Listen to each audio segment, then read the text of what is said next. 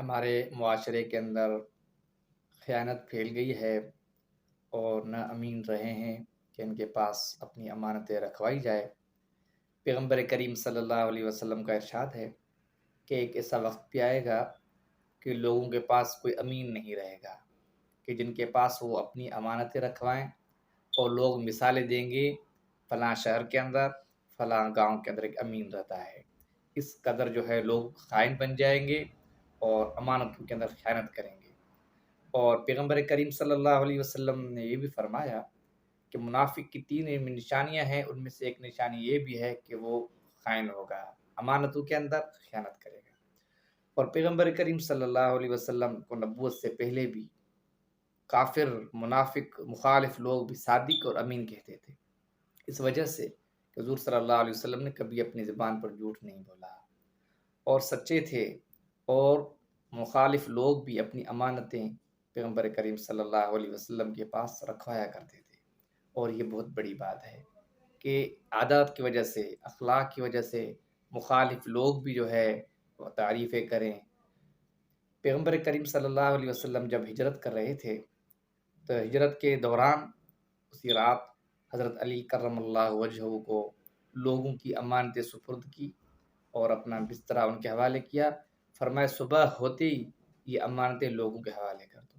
اگر پیغمبر بذات خود لوگوں کو امانتیں حوالے کرتے تو وہاں کافر اور مخالفین کو پتہ چل جاتا کہ پیغمبر صلی اللہ علیہ وسلم کہیں جا رہے ہیں، اس لیے حضرت علی کرم اللہ وجہہ کو امانتیں سپرد کی۔ غزوہ خیبر کے اندر، کہ خیبر کا وہ قلعہ جہاں مسلمانوں نے قبضہ کیا، تو اس وقت جب یہ جنگ جاری تھی اور مسلمانوں نے قبضہ کر لیا، تو اب وہ قلعہ کے اندر کافر مخالف جو لوگ تھے وہ اندر تھے۔ اس وقت ایک چرواہا جو اپنی بکریاں چرانے گاؤں سے باہر گیا تھا، جب وہ آتا ہے دیکھتا ہے کہ قلعے کے باہر لوگ کھڑے ہیں اور ان سے پوچھتا ہے، حتیٰ کہ اتنا پوچھتا ہے کہ تمہارا بڑا کون ہے؟ صحابہ کرام نے فرمایا ہمارا بڑا پیغمبر کریم صلی اللہ علیہ وسلم کی ذات اقدس ہے۔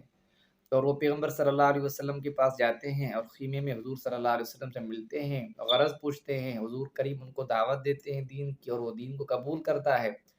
اور اس کے بعد جب وہ دین اسلام کو قبول کرتا ہے، اب حضور صلی اللہ علیہ وسلم کو وہ کیا فرماتا ہے؟ اسود، ایک چرواہا جو کہتا ہے اللہ کے رسول اب میری جان آپ کے حوالے ہے، اب میرے لیے کیا حکم ہے؟ حضور نے فرمایا کہ پہلے تمہارے پاس جو لوگوں کی امانت یا بکریاں ہیں یہ ان کے حوالے کرو۔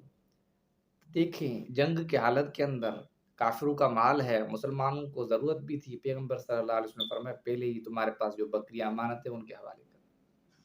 اور آج ہم دیکھیے ہم بحیثیت مسلمان کہ ہم کتنے امین ہیں اور کتنے امانت دار ہیں۔ اور اس کے ساتھ ساتھ امانت کا وسیع مفہوم ہے۔ ہم نے یہ سمجھا کہ ہمارے پاس کوئی نقدی چیز، کوئی قیمت، کوئی پیسے یا کوئی ایسی چیز لا کے رکھ دے، ہم اس کی حفاظت کریں اور اس کو استعمال نہ کریں، پھر جب وہ مانگے اس کو واپس کر دیں۔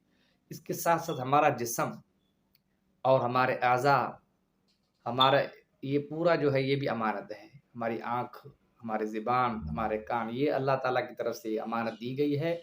اور اس کے ساتھ اس کی وجہ سے کہتے ہیں کہ خودکشی حرام ہے، کہ یہ نفس اور یہ جو ہے انسان کو اللہ تعالیٰ نے امانت دی ہے، یہ کسی کو حق نہیں ہے کہ اللہ تعالیٰ کے حکم اجازت کے بغیر اپنی جان کو ختم کر دے۔ اور اس کے ساتھ ساتھ مجالس کے اندر جو باتیں ہوتی ہیں، کسی کمرے کے اندر کسی جگہ پہ بعض مخصوص لوگ آپس میں ملتے ہیں، آپس میں کوئی بات کرتے ہیں، اب اس بات کو لوگوں تک پہنچانا بغیر اجازت کے، اور یہ بھی امانت ہے۔ آپ کو اگر کوئی راز بتاتا ہے، اب وہ راز بھی کیا ہے، یہ بھی امانت داری کے اندر آتا ہے کہ آپ کو جب وہ منع بھی کرے یا آپ اپنی مرضی سے کسی کو نہیں بتا سکتے، تو یہ سب چیزیں ہیں۔ اور المیہ یہ ہے کہ آج ہمارے معاشرے کے اندر لوگ نہیں ملتے کہ جن کے پاس کچھ چیزیں رکھوائی جائیں، تو یہ بہت بڑا المیہ ہے۔